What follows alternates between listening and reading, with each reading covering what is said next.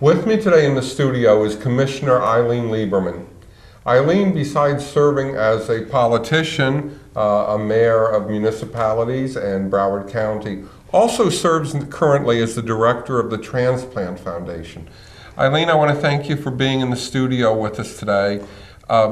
You're here to speak today about organ donation and current legislation, but I'd like to just give the viewers some insight about how you personally became involved with this cause.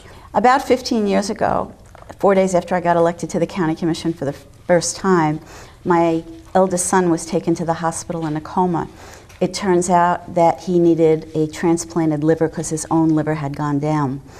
And so over these past 15 years, I have dedicated myself to helping other families and to work on legislation in Congress that will fix some of the problems for transplant families.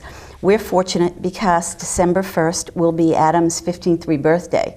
He did get that liver, and 15 years have passed. It's quite an accomplishment. But unfortunately, for a lot of people who are waiting for a transplant, only about a third of them are ever going to get a transplant. And so at the county level, I've worked on issues in Washington to try and fix some of the problems with organ donation.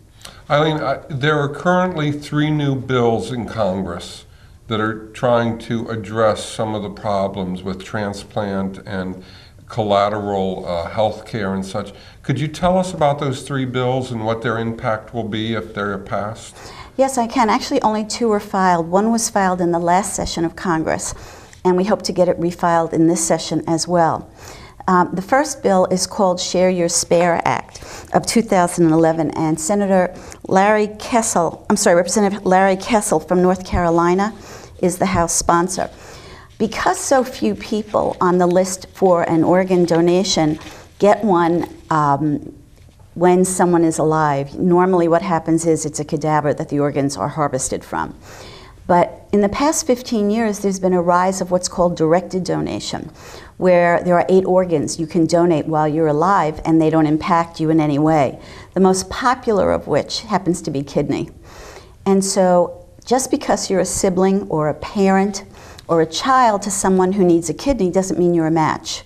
You have to undergo pre-transplant psychological and medical testing, and if you match the person who's going to get the organ, then you'll have a recovery period as well afterward.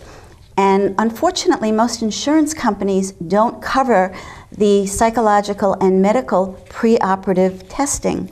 So what Representative Kissel has done is, in his bill, you would have a one-time $10,000 tax exemption under the IRS code for any lost wages or unreimbursed medical expenses resulting from pre-transplant testing when you're doing a directed donation. So that will take some of the economic burden off. Yes. And that's called Share Your Spare bill. Share Your Spare Act of 2011 by Representative Kissel of North Carolina. And what other bill is currently on the floor for? Well, currently there's a brand new bill that was introduced in July by Senator Durbin, and it's in the Senate Finance Committee.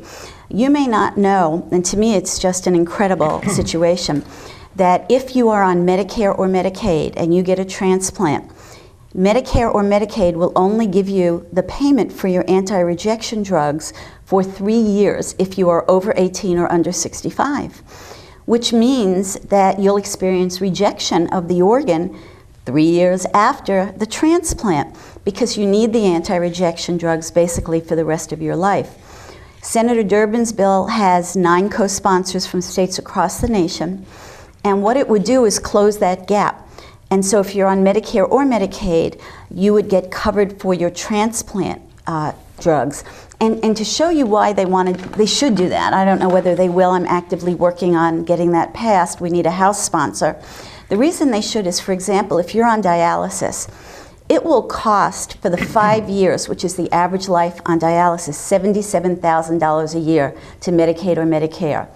You get the transplant, which is roughly a $200,000 operation, and the only ongoing expense is roughly $20,000 to $30,000 for anti-rejection drugs. You don't need dialysis anymore. People are amazingly healthy. In fact, there are people who've received either a donated kidney from a cadaver or a directed donation who you won't even know because they look like you and me. And so it would actually save the federal government money if they would change their position. So in other words, this would save the taxpayer potentially $50,000 a year per patient. Well, and even more than that, we just use 5 years as a projection because that's supposedly the average life on dialysis. With more and more research, that time frame is lengthening. But the bottom line is that it's $77,000 a year if you're on Medicare or Medicaid for dialysis costs. And let's say somebody spends 10 years on dialysis before they get a transplant. The transplant is clearly less costly over that 10 years, gets you back to a healthy life. You no longer need dialysis. You can resume your normal activities. And it just doesn't make sense to me that if you're under 18 or over 65, they will pay your drugs during that entire period. But once you turn 19, you're out of luck. And then you can undergo rejection. So this is one of those cases where the burden of health care costs, health care dollars, is quadrupled above what it really needs to be because of this gap in the law. You know, and if you think about it, think about someone who's on dialysis. They go 2 to 3 times a week. Their lifestyle is severely hampered. And to be able to give them the gift of life and tell them they're going to be able to have a normal, everyday life is amazing. Now, what's the third bill that is a concern to you right now? The third bill was filed in the last session by Representative Ruben Hinosa of Texas. And that bill has not yet resurfaced in this Congress, though we are working to get it resurfaced. It was House Resolution 2755. We have an act called the Family Medical Leave Act, which under certain circumstances allows you to take up to 12 weeks of unpaid time off when you have, let's say, a new baby. Well, there are some employers who don't give you a lot of sick leave, and you'll need time off pre-transplant and you'll need time off post. His bill would amend FMLA to make that covered under FMLA. I mean, how can people find out more about the foundation and about these bills? Is there a website they can refer to? Absolutely, Rabbi. It's www.transplantfoundation.org. And they can go to that website and they have loads of information. I mean, the most important thing people should know is if they want to give the gift of life, if they want to donate, they need to put that in their living will, tell their family about it, get an organ donor card, put it on their license, because it's generally presumed that you don't want to donate unless you do one of the things I've mentioned. Ilene, thank you for being here and letting the audience know about these very important bills. And I encourage all of our audience to consider the gift of life, the gift of giving your organs so that others can live. Thank you. Thank you. That's it for this edition. Don't forget to visit our Facebook page for all the latest news about our program. I'm Lee Lazarson. Thanks for joining us on To Life, Lchaim.